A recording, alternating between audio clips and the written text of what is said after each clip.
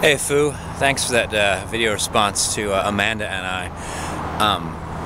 And you brought up some points that made me feel that I could add, maybe even clarify, to the rocky path. I think that there might be an appearance for some that their path seems easier, and that might just be the fact that they're sensitive to it. They place their feet just right. The rocks are still sharp. They're just familiar with the terrain. But the path is still teaching them how to put their feet down, and because they pay attention to it, they arrive at the destination that perhaps they're best suited for. I don't think that necessarily we're fully captains of our own ship, that we could say that I'm heading for this port and we're definitely going to be there. I mean, tide, wind, and sea might be against us, but that doesn't mean that we end up someplace where we shouldn't have gone. I think that also, I thought of an example that I didn't think of earlier about when people ignore what the path is telling them. They fight against that. They're like, well, you know what, I don't think that should be this way. I don't think things should be difficult. I don't think this should be painful.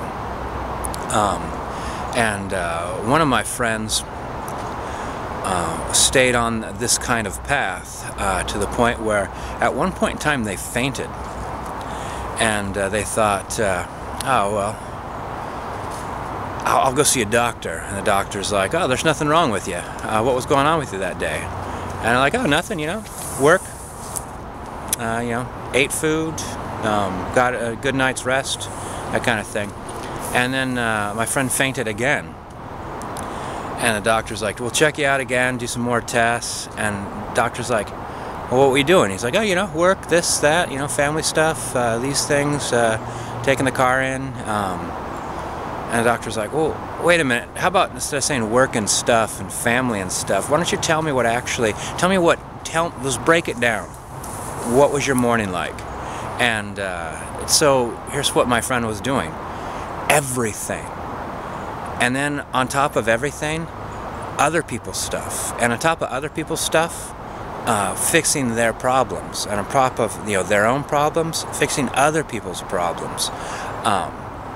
And a good night's sleep was a little bit more than 4 hours. And work actually was several jobs, including volunteering. And all this time, like, their body was telling them, this is bad for you. I mean, someone might be able to do it, but you can't. So you need to pace yourself, or you know, pick and choose. But the person's like, no, I should be able to decide how life should be. I should decide how my path should be, and then I will choose all my destinations, and then I will go to all of them. But the only way that that person was going to stop fainting was to actually pay attention to the path. They were so much, I mean, they thought they were pretty happy because they were doing all these things, but when they stopped doing all these things and just started doing a few of those things, they were way happier. I never saw that person more peaceful. They finally actually seemed more them. I finally got a sense of who their personality really was. And they were different than I expected. They were more relaxed.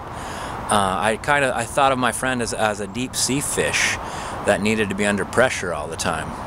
And any releasing in pressure made an explosion. It really did.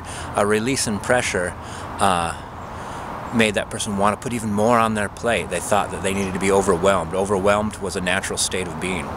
And then once they weren't, God, their life seemed so much better.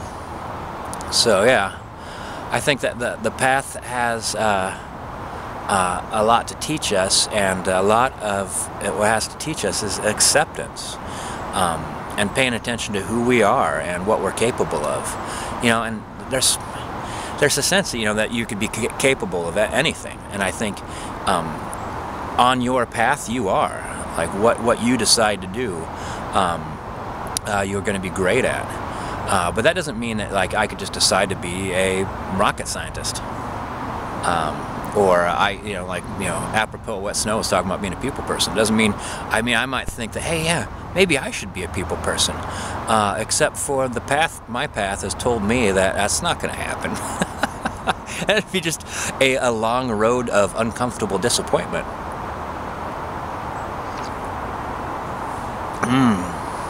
Yeah, well, I guess that's it. I guess that's enough. All right, Foo. I'll see you in the tubes.